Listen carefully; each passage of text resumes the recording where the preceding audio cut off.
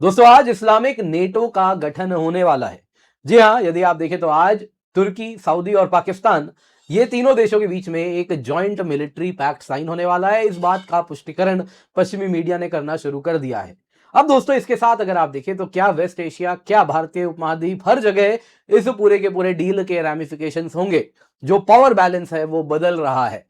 तो क्या जैसे फर्स्ट वर्ल्ड वॉर में देखा गया था, कहीं ना कहीं वेब ऑफ मिलिट्री अलायंस बनना शुरू हुआ था, क्या ये एक वैसा ही वेब ऑफ अलायंस है? मत भूलिएगा नेटो का भी पार्टनर तुर्की है और इस प्रकार का डिफेंस पैक्ट वो सऊदी और पाकिस्तान के साथ भी करता है। तो इस वजह से कहीं ना कहीं पूरी दुनिया को इस प्रकार के डिफेंस पैक्ट से ये जंग में झोंक सकते हैं। क्या इसके वजह से कुछ इंडिया, यूएई, इजराइल को भी इस प्रकार का डिफेंस पैक्ट साइन करना पड़ेगा?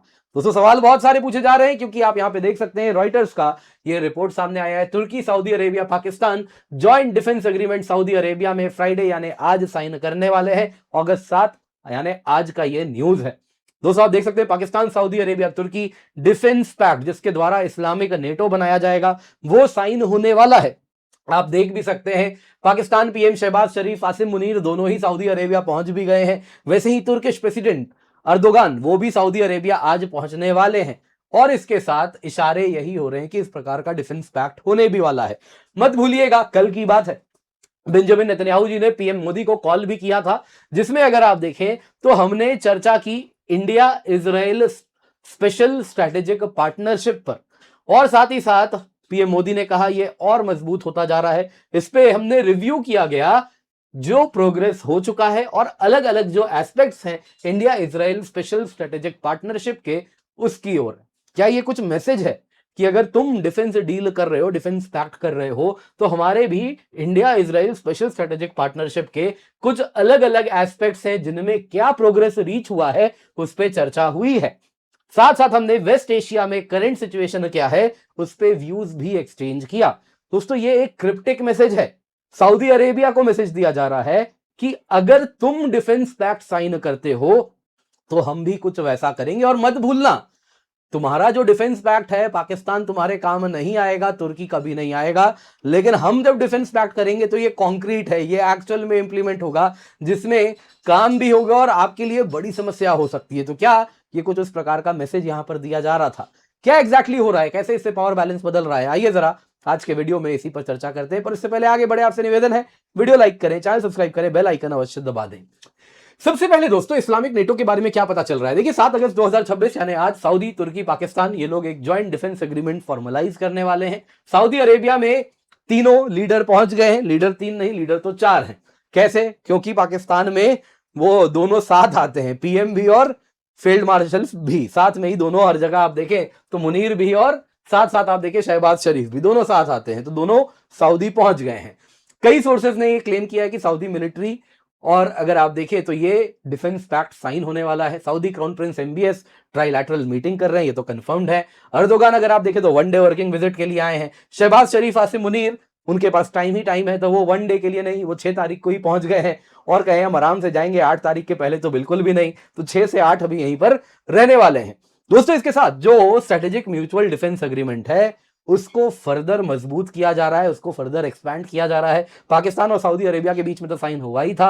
अब इसमें जो कोर क्लॉज था, attack on one is attack on both, हालांकि अब तक खास इंप्लीमेंट होते हुए हमने देखा नहीं। पाकिस्तान को अफगानिस्तान ने भी खूब मारा, सऊदी ने कहा बातचीत करके सल्टा लो। सऊदी के ऊपर जब मिसाइल चले तो पाकिस्तान ने भी वही कहा बातचीत करके सल्टा लो, ऐसा ना करो। थोड़ा बहुत अगर आप देखें तो एक आध कुछ अपना एयर डिफेंस वगैरह भी भेजा है, लेकिन बस वहां पे डिप्लॉय करके रखा है। लेकिन बॉटम लाइन यही दिख रही है कि अब तक सऊदी पाकिस्तान जब तक इन्वॉल्व थे तो खास टीत नहीं था, लेकिन तुर्की के आने के बाद चीजें काफी बदल सकती हैं। अब तक हमें क्या पता चला है? देखिए दोस्तों एक सीनियर टर्किश इंटेलिजेंस सोर्सेज ने भारतीय मीडिया को कहा है कि देखिए ट्राइलैटरल फ्रेमवर्क जो है वो ऑलरेडी काफी लंबे समय से चर्चा हो रही थी और अब इसको अप्रूवल मिल गया है। तीनों देशों के लीडरशिप ने इसे अप्रूव कर दिया है और इसके साथ जो एकॉर्ड है वो स्ट्रक्चर्ड कोऑपरेशन करेगा। जॉइंट मिलिट्री एक्सरसाइज तीनों देश मिलकर करेंगे, टेक्नोलॉजी ट्रांसफर होगा, joint defence manufacturing, defence industrial production कैसे करना है और इंटेलिजेंस शेयरिंग कैसे करनी है। तो इन सारे आयामों पर तो चर्चा हो ही रही है, ऑलरेडी स्टैब्लिश हो ही रहा है। इसके सिवा डिवीजन ऑफ लेबर बड़ा क्लियर है। सऊदी अरेबिया पैसा देगा और साथ साथ अगर आप देखें तो प्रोक्योरमेंट पाइपलाइन वगैरह इसका रहेगा और पैसा रहेगा। फिर तुर्की आएगा जिसके पास वो कहता है मेरे पास मिलिट्री टेक्नोलॉजी है, तो जो ड्रोन्स हैं, यूएवीज हैं, वो सब आप उस पैसे से बना पाएंगे। NATO standard defence industrial base है, मैन्युफैक्चरिंग कैपेसिटी है, तो वो सब वो बनाएंगे। और फिर आता है दोस्तों पाकिस्तान, वो क्या देगा, वो अपनी छतरी लेके आएगा, बोलेगा कि हम न्यूक्लियर डिटरेंस लेकर के आते हैं।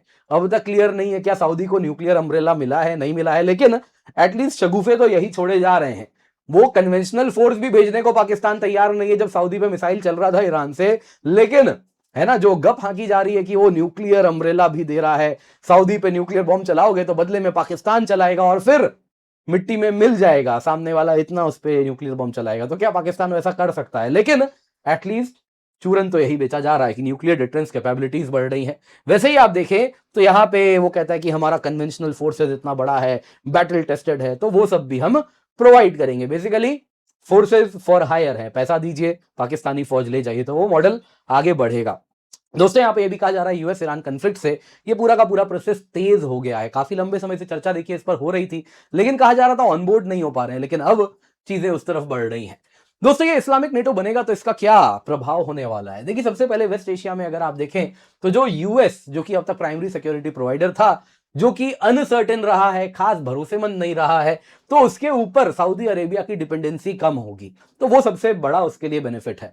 दूसरा, सऊदी पैसा देगा, तुर्किश ड्रोन्स एंड टेक्नोलॉजी आएगी, इंडस्ट्रियल कैपेसिटी आएगी, Pakistani nuclear muscle, conventional muscle आएगा। तो इस तरीके से अगर आप देखें तो वहां पे ईरान हो गए, उसके प्रॉक्सीज हो गए, उसके खिलाफ सऊदी को एक बड़ा मजबूत डेटरेंट मिलता है। पोटेंशियल एक्सपेंशन भी है, ऐसी भी बात हो रही है। कतर, इजिप्ट, जो कि आपको बताया था R4 या रीजनल 4 ग्रुप बनता है, इनके साथ वो भी इसका हिस्सा बन सकता है, तो कल को हो सकता है वो भी इसमें आ जाएं।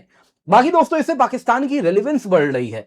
इस तरीके से अगर आप देखें तो इस्लामाबाद को स्ट्रेटेजिक डेप्थ मिल रहा है सऊदी अरेबिया के अंदर ऑपरेट करने का, उसकी मिलिट्री इंडस्ट्रियल बेस को नया फाइनेंसर मिल रहा है कि पाकिस्तान के वेपन्स प्रोक्योरमेंट के लिए कोई बैकर आ गया तो सऊदी पैसा आने वाला है। वैसे ही अगर आप देखें तो पाकिस्तान अब न्यूक्लियर अम्ब्रेला बांटना शुरू कर दिया है, जो कि क्लियरली देखने मिल रहा है।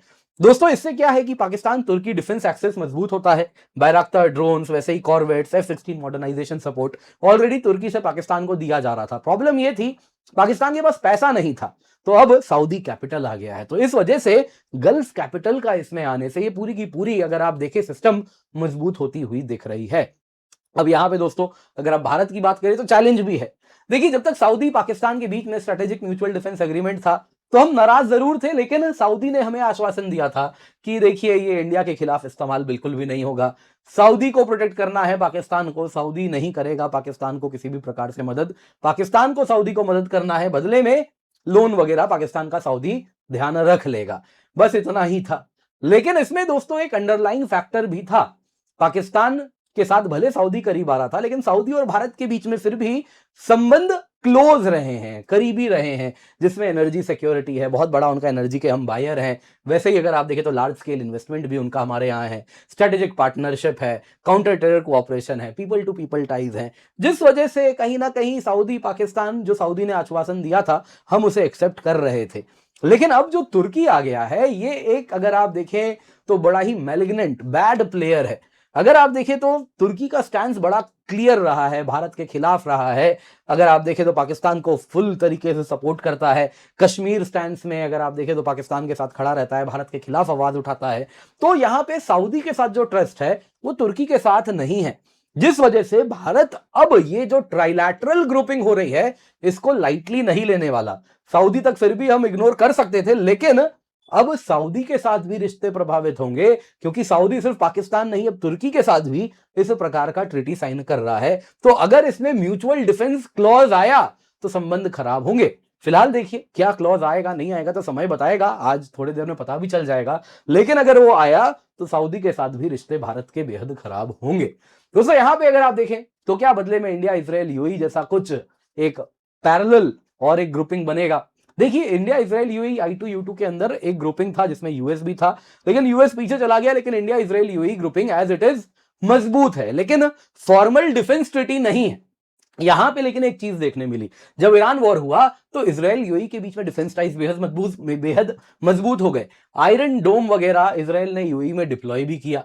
वैसे इंडिया ने भी इसराइल के साथ ईरान वॉर के ठीक पहले स्पेशल स्ट्रेटेजिक पार्टनरशिप साइन किया है। वैसे ही आप देखिए यूएई के साथ strategic defence partnership framework sign किया है, कि एमओयू भी है यूएई के साथ कि आने वाले समय में कैसे डिफेंस कोऑपरेशन आगे बढ़ाना है, जो कि इशारा है अगर फर्दर ये सऊदी पाकिस्तान को एक्सपैंड किया गया तो यहां पे भी कुछ होगा। तो उस तरफ देखिए हम बढ़ते हुए तो दिख रहे हैं। वैसे ही पीएम नेतन्याहू ने जब पीएम मोदी को कॉल किया 7 अगस्त यानी कल, तो बड़ा क्लियर था, जिसमें चर्चा भी किस पे हुई कि कैसे अपने रिश्तों को और आगे बढ़ाना है, जो हमारा डिफेंस, जो हमारा म्यूचुअल स्ट्रेटेजिक पार्टनरशिप है, उसके अलग अलग आयाम है, उसको कैसे आगे बढ़ाएं, जो कि कहीं ना कहीं इशारा है कि हम भी इस तरफ आगे बढ़ सकते हैं। तो यहां पे दोस्तों एक चीज दिख रही है, रियल टाइम कोऑर्डिनेशन भी है। बाकी दोस्तों अगर आप इस ओवरऑल देखें तो चाइना बड़ा खुश होगा। चाइना एक साइलेंट बेनिफिशियरी है। एक तो क्या है, पाकिस्तान इससे मजबूत हो रहा है तो चाइना के लिए एक समस्या सॉल्व हो जाती है। पाकिस्तान मजबूत होता है तो इंडिया के लिए एक बॉर्डर, हमेशा इंडिया वहां पे इन्वॉल्व रहता है। तो हम अपने रिसोर्सेज एलएसी पे, चाइना बॉर्डर पे जिस प्रकार से डिप्लॉय करें, इंडियन ओशन में मलक्का पे जिस प्रकार से डिप्लॉय करें, वो रिसोर्सेज को हमको पाकिस्तान बॉर्डर पे भी डाइवर्ट करना पड़ता है। तो चाइना इस तरीके से जीतता है। दूसरा, अगर आप देखें तो यहां पे जो सऊदी तुर्की पाकिस्तान को ऑपरेशन हो रहा है, उससे भी अगर आप देखें तो चाइना कहीं ना कहीं खुश है, क्योंकि यूएस कमजोर हो रहा है उस इलाके से, और पाकिस्तान चाइना का ही अगर आप देखें तो क्या है, बेसिकली क्लाइंट स्टेट है, जिस प्रकार से चाहे पाकिस्तान को घुमा सकता है। सऊदी का सबसे बड़ा ऑयल बायर चाइना है। तो इस तरीके से चाइना अगर आप देखें तो साइलेंट प्लेयर बैकग्राउंड में है। फिलहाल दोस्तों सारी नजर यही होने वाली है आज, आखिरकार क्या एग्जैक्टली साइन होता है, ट्रिटी में टेक्स्ट क्या है, क्या म्यूचुअल डिफेंस क्लॉज है, या जॉइंट डिफेंस प्रोडक्शन और वो सारी चीजें हो रही हैं, तो क्या एग्जैक्टली साइन होने वाला है। रॉयटर्स का तो कहना है कि एसएमडीए एक्सपैंड हो रहा है, तो इस पर पैनी नजर बनी रहेगी। बाकी आपको क्या लगता है कमेंट में अवश्य बताइएगा। इसके सिवा दोस्तों आपको याद देना चाहूंगा, आपके लिए करंट अफेयर्स बैच हम लेकर के आए हैं। बाइलिंगुअल बैच है, 4 अगस्त से स्टार्ट हुआ है, तो आप अवश्य जुड़ सकते हैं। डेली करंट अफेयर्स क्लास है, वीकली टेस्ट होता है, प्रीलिम्स मेंस कवरेज होता है, करंट अफेयर्स नोट्स होता है, तो आप इसमें जुड़ सकते हैं। हमारे डेडिकेटेड फैकल्टी रहेंगे जो कि आपको अलग अलग टॉपिक्स यहाँ पर पढ़ाने वाले हैं। Newspaper analysis, polity, economy, IR, constitution, PIB updates, monthly current affairs, ये सब कवर कराया जाता है। प्रीलिम्स और मेंस दोनों को ध्यान में रखते हुए हर महीने 20 क्लासेस होते हैं। 2 एक्सपर्ट एजुकेटर्स हमने इसके लिए डिप्लॉय किया है, जो आपको ये पढ़ा सकते हैं।